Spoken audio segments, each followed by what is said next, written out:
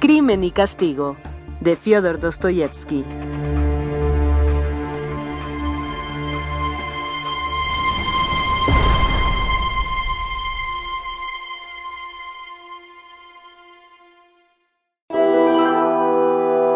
Zosimov era, como ya hemos dicho, alto y grueso. Tenía 27 años, una cara pálida, carnosa y cuidadosamente rasurada, y el cabello liso. Llevaba lentes y en uno de sus dedos, hinchados de grasa, un anillo de oro. Vestía un amplio, elegante y ligero abrigo y un pantalón de verano. Toda la ropa que llevaba tenía un sello de elegancia y era cómoda y de superior calidad.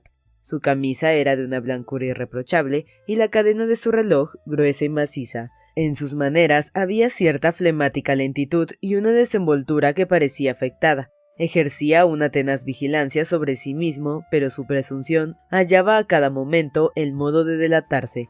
Entre sus conocidos cundía la opinión de que era un hombre difícil de tratar, pero todos reconocían su capacidad como médico. «He pasado 2 veces por tu casa, querido Zosimov», exclamó Razumikine. «Como ves, el enfermo ha vuelto en sí». Ya lo veo», dijo Zosimov, y preguntó a Raskolnikov mirándole atentamente. «¿Qué? ¿Cómo van esos ánimos?» Acto seguido, se sentó en el diván, a los pies del enfermo, mejor dicho, se recostó cómodamente. «Continúa con su melancolía», dijo Razumikine. «Hace un momento le ha faltado poco para echarse a llorar solo porque le hemos mudado la ropa interior. Me parece muy natural si no tenía ganas de mudarse. La muda podía esperar. El pulso es completamente normal. Un poco de dolor de cabeza, ¿eh?» «Estoy bien, estoy perfectamente», repuso Raskolnikov irritado. Al decir esto se había incorporado repentinamente con los ojos centelleantes, pero pronto volvió a dejar la cabeza en la almohada, quedando de cara a la pared. Zosimov le observaba con mirada atenta. «Muy bien, la cosa va muy bien», dijo en tono negligente. «¿Ha comido algo hoy?»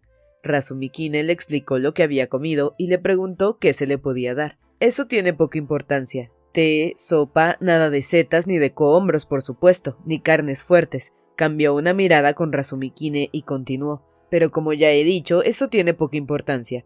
Nada de pociones, nada de medicamentos. Veremos si mañana... El caso es que hoy hubiéramos podido... En fin, lo importante es que todo va bien».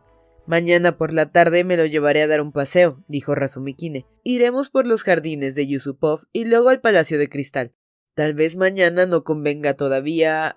Aunque un paseo cortito... En fin, ya veremos. Lo que me contraría es que hoy estreno un nuevo alojamiento cerca de aquí y quisiera que estuviese con nosotros, aunque fuera echado en un diván». «Tú sí que vendrás, ¿eh?», preguntó de improviso a Zosimov. «No lo olvides, tienes que venir». «Procuraré ir, pero hasta última hora me será imposible». «¿Has organizado una fiesta?» «No, simplemente una reunión íntima. Habrá arenques, vodka, té, un pastel». «¿Quién asistirá?» «Camaradas, gente joven, nuevas amistades en su mayoría. También estará un tío mío ya viejo que ha venido por asuntos de negocio a Petersburgo. Nos vemos una vez cada 5 años. ¿A qué se dedica?» «Ha pasado su vida vegetando como jefe de correos en una pequeña población. Tiene una modesta remuneración y ha cumplido ya los 65 años. No vale la pena hablar de él, aunque te aseguro que lo aprecio. También vendrá Porfirio Simonovich, juez de instrucción, y antiguo alumno de la Escuela de Derecho. Creo que tú lo conoces». «¿Es también pariente tuyo?» «Bah, muy lejano. Pero ¿qué te pasa? Pareces disgustado. Serás capaz de no venir porque un día disputaste con él». «Eso me importa poco». «Mejor que mejor. También asistirán algunos estudiantes, un profesor, un funcionario, un músico, un oficial, Samiotov». «Samiotov, te agradeceré que me digas lo que tú o él», indicó al enfermo con un movimiento de cabeza, «tienen que ver con ese Samiotov». «Ya salió aquello, los principios. Tú estás sentado sobre tus principios, como sobre muelles, y no te atreves a hacer el menor movimiento. Mi principio es que todo depende del modo de ser de un hombre. Lo demás me importa un comino, y Samiotov es un excelente muchacho, pero no demasiado escrupuloso en cuanto a los medios para enriquecerse. Admitamos que sea así. Eso a mí no me importa. ¿Qué importancia tiene?», exclamó Razumikine con una especie de afectada indignación. «¿Acaso he alabado yo este rasgo suyo? Yo solo digo que es un buen hombre en su género. Además, si vamos a juzgar a los hombres aplicándoles las reglas generales, ¿cuántos quedarían verdaderamente puros? Apostaría cualquier cosa a que si se mostraran tan exigentes conmigo, resultaría que no valgo un bledo, ni aunque te englobaran a ti con mi persona». No exageres, yo daría 2 bledos por ti. Pues a mí me parece que tú no vales más de 1. Bueno, continúo. Samiotov no es todavía más que un muchacho y yo le tiro de las orejas. Siempre es mejor tirar que rechazar. Si rechazas a un hombre, no podrás obligarlo a enmendarse, y menos si se trata de un muchacho. Debemos ser muy comprensivos con estos mozalbetes, pero ustedes, estúpidos progresistas, viven en las nubes, desprecian a la gente, no ven que así se perjudican ustedes mismos. Y te voy a decir una cosa, Samiotov y yo tenemos entre manos un asunto que nos interesa a los dos por igual. Me gustaría saber qué asunto es ese. Se trata del pintor, de ese pintor de brocha gorda. Conseguiremos que lo pongan en libertad. No será difícil porque el asunto está clarísimo. Nos bastará presionar un poco para que quede la cosa resuelta.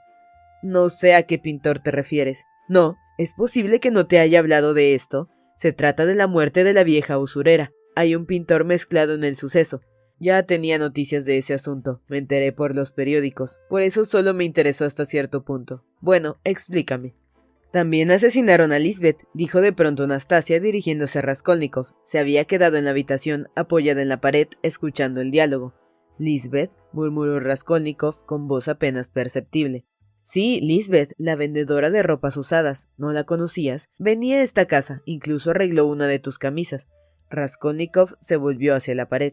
Escogió del empapelado, de un amarillo sucio, una de las numerosas florecillas aureoladas de rayitas oscuras que había en él, y se dedicó a examinarla atentamente.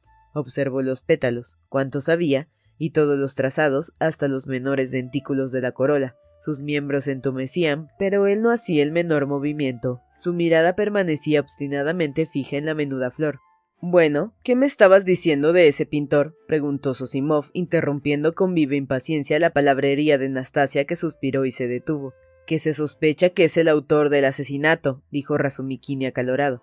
«Hay cargos contra él». «Sí, y fundándose en ellos se le ha detenido. Pero en realidad estos cargos no son tales cargos, y esto es lo que pretendemos demostrar. La policía sigue ahora una falsa pista como la siguió al principio con... ¿Cómo se llaman? Koch y Petriakov. Por muy poco que le afecte a uno el asunto, uno no puede menos de sublevarse ante una investigación conducida tan torpemente. Es posible que Petriakov pase dentro de un rato por mi casa. A propósito, Rodia, tú debes estar enterado de todo esto, pues ocurrió antes de tu enfermedad, precisamente la víspera del día en que te desmayaste en la comisaría cuando se estaba hablando de ello. «¿Quieres que te diga una cosa, Razumikine?», dijo Zosimov. «Te estoy observando desde hace un momento y veo que te alteras con una facilidad asombrosa». «¿Qué importa? Esto no cambia en nada la cuestión», exclamó Razumikine, dando un puñetazo en la mesa. «Lo más indignante de este asunto no son los errores de esa gente. Uno puede equivocarse, las equivocaciones conducen a la verdad. Lo que me saca de mis casillas es que aún equivocándose se creen infalibles. Yo prefiero a Porfirio, pero ¿sabes lo que les desorientó al principio? Que la puerta estaba cerrada, y cuando Koch y Petriaskov volvieron a subir con el portero, la encontraron abierta. Entonces dedujeron que Petriaskov y Koch eran los asesinos de la vieja. Así razonan. Pero no te acalores, tenían que detenerlos. De ese Koch tengo noticias. Al parecer compraba a la vieja los objetos que no se desempeñaban. No es un sujeto recomendable. También compraba pagarés. Que el diablo se lo lleve. Lo que me pone fuera de mí es la rutina, la anticuada y noble rutina de esa gente. Este era el momento de renunciar a los viejos procedimientos y seguir nuevos sistemas. Los datos psicológicos bastarían para darles una nueva pista. Pero ellos dicen, nos atenemos a los hechos. Sin embargo, los hechos no son lo único que interesa. El modo de interpretarlos influye en un 50% como mínimo en el éxito de las investigaciones. Y tú sabes interpretar los hechos. Lo que te puedo decir es que cuando uno tiene la íntima convicción de que podría ayudar al esclarecimiento de la verdad, le es imposible contenerse. ¿Conoces los detalles del suceso? Estoy esperando todavía la historia de ese pintor de paredes. Ah, sí, pues escucha. Al día siguiente del crimen, por la mañana, cuando la policía solo pensaba aún en Koch y Petriaskov, a pesar de que estos habían dado toda clase de explicaciones convincentes sobre sus pasos, he aquí que se produce un hecho inesperado. Un campesino llamado Duchkine, que tiene una taberna frente a la casa del crimen, se presentó en la comisaría y entrega un estuche que contiene un par de pendientes de oros. A continuación refiere la siguiente historia. Anteayer, un poco después de las 8 de la noche, hora que coincide con la del suceso, Mikolai, un pintor de oficio que frecuenta mi establecimiento, me trajo estos pendientes y me pidió que le prestara 2 rublos dejándome la joya en prenda. ¿De dónde ha sacado esto?, le pregunté. Él me contestó que se los había encontrado en la calle, y yo no le hice más preguntas. Le di 1 rublo, pensé que si no hacía la operación se aprovecharía otro, que Mikolai se bebería el dinero de todas formas y que era preferible que la joya quedara en mis manos, pues estaba decidido a entregarla a la policía si me enteraba de que fuera un objeto robado al venir alguien a reclamarla. Naturalmente, dijo Razumikine, esto era un cuento tártaro. Duchkine mentía descaradamente, pues le conozco y sé que cuando aceptó de Mikolai esos pendientes, que valen 30 rublos, no fue precisamente para entregarlos a la policía. Si lo hizo fue por miedo. Pero esto poco importa. Dejemos que Duchkine siga hablando. Conozco a Mikolai Demietev desde mi infancia, pues nació como yo en el distrito de Sarais, gobierno de Raizán. No es un alcohólico, pero le gusta beber a veces. Yo sabía que él estaba pintando unas habitaciones en la casa de enfrente con Mitri, que es paisano suyo. Apenas tuvo en sus manos el rublo, se bebió 2 vasitos, pagó, se echó el cambio en el bolsillo y se fue. Mitri no estaba con él. A la mañana siguiente me enteré que Elena Ivanovna y su hermana Lisbeth habían sido asesinadas a hachazos. La conocía y sabía que la vieja prestaba dinero sobre objetos de valor. Por eso tuve ciertas sospechas acerca de los pendientes. Entonces me dirigí a la casa y empecé a investigar con el mayor disimulo, como si no me importara la cosa. Lo primero que hice fue preguntar: ¿está Mikolai? Y Mitri me explicó que Mikolai no había ido al trabajo, que había vuelto a su casa bebido al amanecer, que había estado en el rellano más de 10 minutos y que había vuelto a marcharse. Mitri no le había vuelto a ver y estaba terminando solo el trabajo. El departamento donde trabajaban los pintores estaba en el 2.º piso y da a la misma escalera de las habitaciones de las víctimas. Hechas estas averiguaciones y sin decir una palabra a nadie, reuní cuantos datos me fue posible acerca del asesinato y volví a mi casa sin que mis sospechas se hubieran desvanecido. A la mañana siguiente, o sea, 2 después del crimen, continuó Duchkine, apareció Mikolai en mi establecimiento. Había bebido, pero no demasiado, de modo que podía comprender lo que se le decía. Se sentó en un banco sin pronunciar palabra. En aquel momento solo había en la taberna otro cliente que dormía en un banco y mis 2 muchachos. ¿Has visto a Mitri?, pregunté a Mikolai. No, no lo he visto, repuso.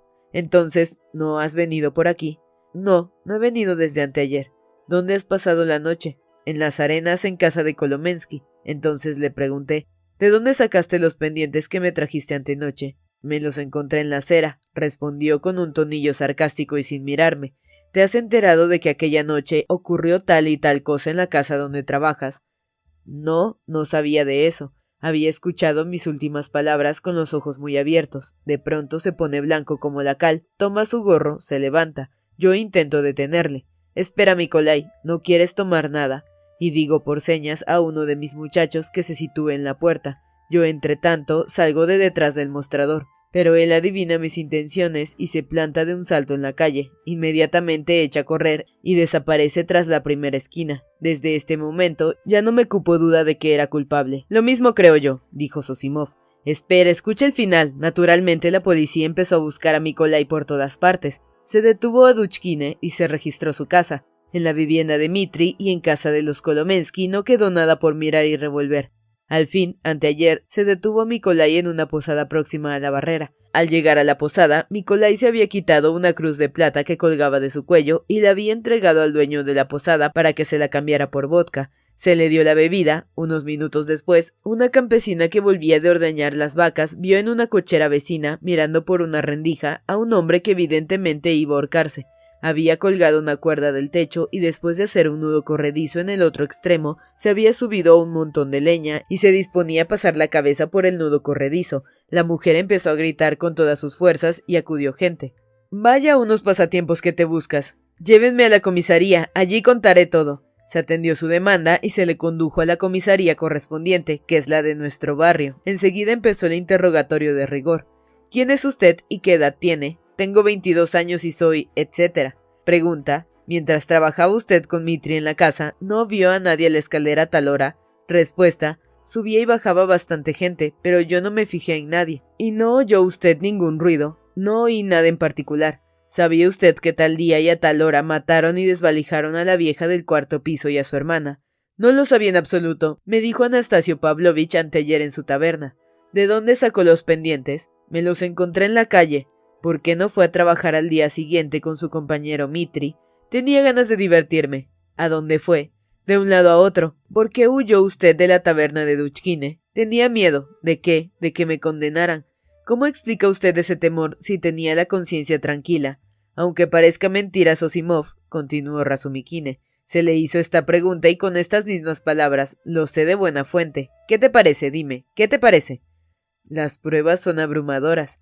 Yo no te hablo de las pruebas, sino de la pregunta que se le hizo, del concepto que tiene de su deber esa gente, esos policías. En fin, dejemos esto. Desde luego presionaron al detenido de tal modo que acabó por declarar. No fue en la calle donde encontré los pendientes, sino en el piso donde trabajaba con Mitri. ¿Cómo se produjo el hallazgo? Lo voy a explicar. Mitri y yo estuvimos todo el día trabajando, y cuando nos íbamos a marchar, Mitri tomó un pincel empapado de pintura y me lo pasó por la cara. Después se echó a correr escaleras abajo y yo fui tras él, bajando los escalones de 4 en 4 y lanzando juramentos. Cuando llegué a la entrada, tropecé con el portero y unos señores que estaban con él, y no recuerdo cómo eran. El portero empezó a insultarme, el segundo portero hizo lo mismo. Luego salió de la garita la mujer del primer portero y se sumó a los insultos. Finalmente, un caballero, que en aquel momento entraba en la casa acompañado de una señora, nos puso también de vuelta y media porque no lo dejábamos pasar. Tomé a Mitri por el pelo, lo derribé y empecé a atizarle. Él, aunque estaba debajo, consiguió asirme por el pelo y noté que me devolvía los golpes. Pero todo era broma. Al fin, Mitri consiguió libertarse y echó a correr por la calle. Yo le perseguí, pero al ver que no le podía alcanzar, volví al piso donde trabajábamos para poner en orden las cosas que habíamos dejado de cualquier modo. Mientras las arreglaba, esperaba a Mitri. Creía que volvería de un momento a otro. De pronto, en un rincón del vestíbulo, detrás de la puerta, pisó una cosa. La recojo, quito el papel que le envuelve y veo un estuche y el estuche de los pendientes. ¿Detrás de la puerta? ¿Has dicho detrás de la puerta? Preguntó de súbito Raskolnikov, fijando en Razumikine una mirada llena de espanto. Seguidamente, haciendo un gran esfuerzo, se incorporó y apoyó el codo en el diván.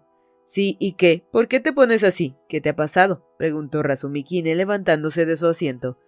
No, nada, balbuceó Raskolnikov penosamente, dejando caer la cabeza en la almohada y volviéndose de nuevo hacia la pared. Hubo un momento de silencio. Debía de estar medio dormido, ¿verdad? Preguntó Razumikine, dirigiendo a Zosimov una mirada interrogadora. El doctor movió negativamente la cabeza. Bueno, dijo, continúa, ¿qué ocurrió después? Después, pues ocurrió que apenas vio los pendientes, se olvidó de su trabajo y de Mitri, tomó su gorro y corrió a la taberna de Duchkine. Este le dio, como ya sabemos, un rublo y Nikolai le mintió diciendo que se había encontrado los pendientes en la calle. Luego se fue a divertirse. En lo que concierne al crimen, mantiene sus primeras declaraciones. Yo no sabía nada, insiste, no supe nada hasta 2 días después. ¿Y por qué se ocultó? Por miedo. ¿Porque quería ahorcarse? ¿Por temor? ¿Temor de qué? De que me condenaran. Esto es todo, terminó Razumikine. ¿Qué conclusiones crees que han sacado? No sé qué decirte, existe una sospecha discutible tal vez, pero fundada. No podían dejar en libertad a tu pintor de fachadas. Pero es que le atribuyen el asesinato, no les cabe la menor duda.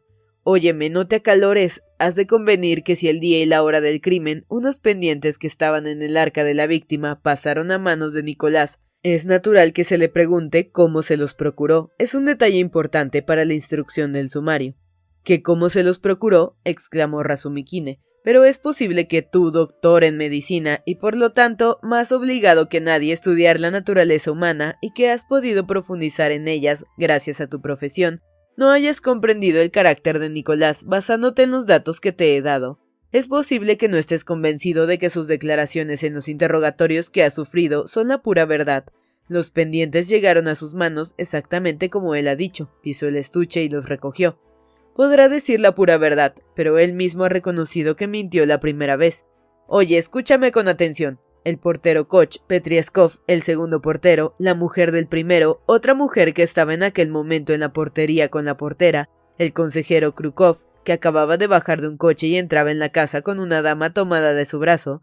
Todas estas personas, es decir, 8, afirman que Nicolás tiró a Mitri al suelo y lo mantuvo debajo de él golpeándole mientras Mitri tomaba a su camarada por el pelo y le devolvía los golpes con creces. Están ante la prueba y dificultan el paso. Se les insulta desde todas partes y ellos, como 2 chiquillos, están estas son las palabras de los testigos. Gritan, disputan, lanzan carcajadas, se hacen guiños y se persiguen por la calle, como verdaderos chiquillos, ¿comprendes?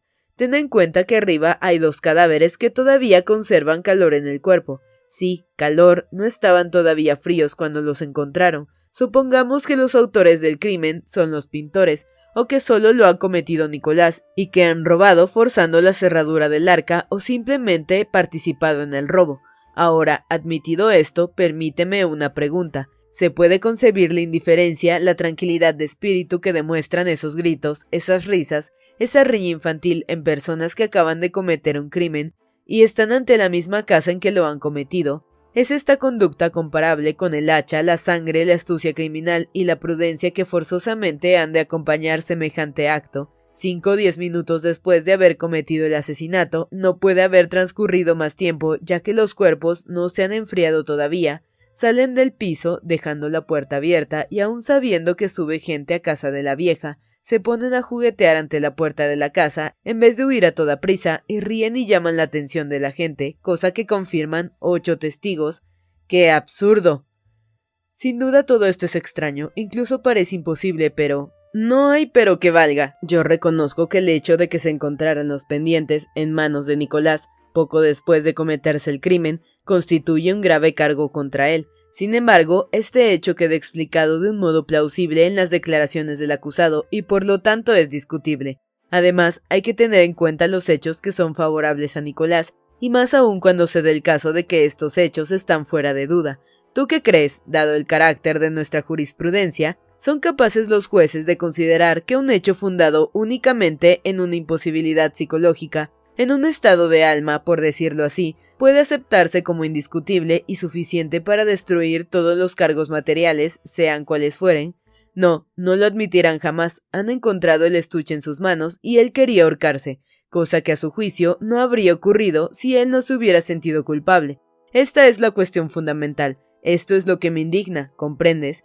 Sí, ya veo que estás indignado, pero oye, tengo que hacerte una pregunta. ¿Hay pruebas de que estos pendientes se sacaron del arca de la vieja? Sí, repuso Razumikine frunciendo las cejas.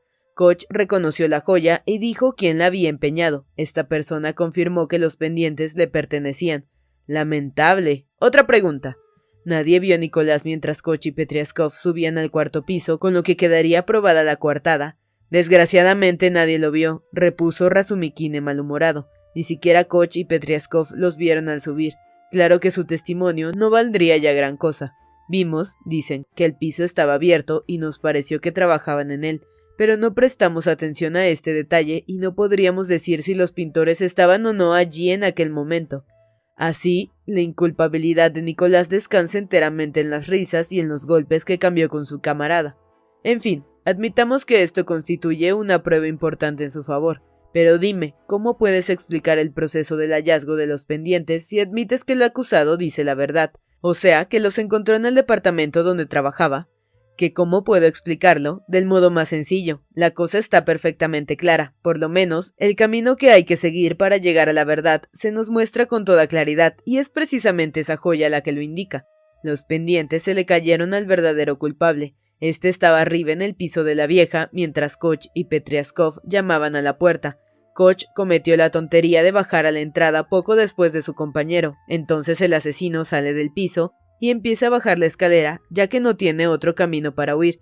A fin de no encontrarse con el portero, Koch y Petriaskov ha de esconderse en el piso, y cuando el ruido de los pasos se aleja, sale de su escondite y baja tranquilamente. Es el momento en que Mitri y Nicolás echan a correr por la calle. Todos los que estaban ante la puerta se han dispersado. Tal vez alguien le viera, pero nadie se fijó en él. Entraba y salía tanta gente por aquella puerta. El estuche se le cayó del bolsillo cuando estaba oculto detrás de la puerta, y él no lo advirtió porque tenía otras muchas cosas en que pensar en aquel momento. Que el estuche estuviera allí demuestra que el asesino se escondió en el piso vacío. He aquí explicado todo el misterio. Ingenioso, amigo Razumikine, diabólicamente ingenioso, incluso demasiado ingenioso.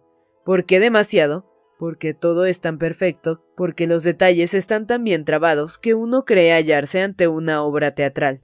Razumikine abrió la boca para protestar, pero en este momento se abrió la puerta y los jóvenes vieron aparecer a un visitante al que ninguno de ellos conocía.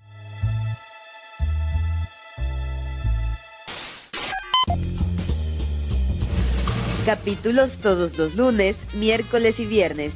¡Suscríbete! El Cuentero, con historias para tus oídos.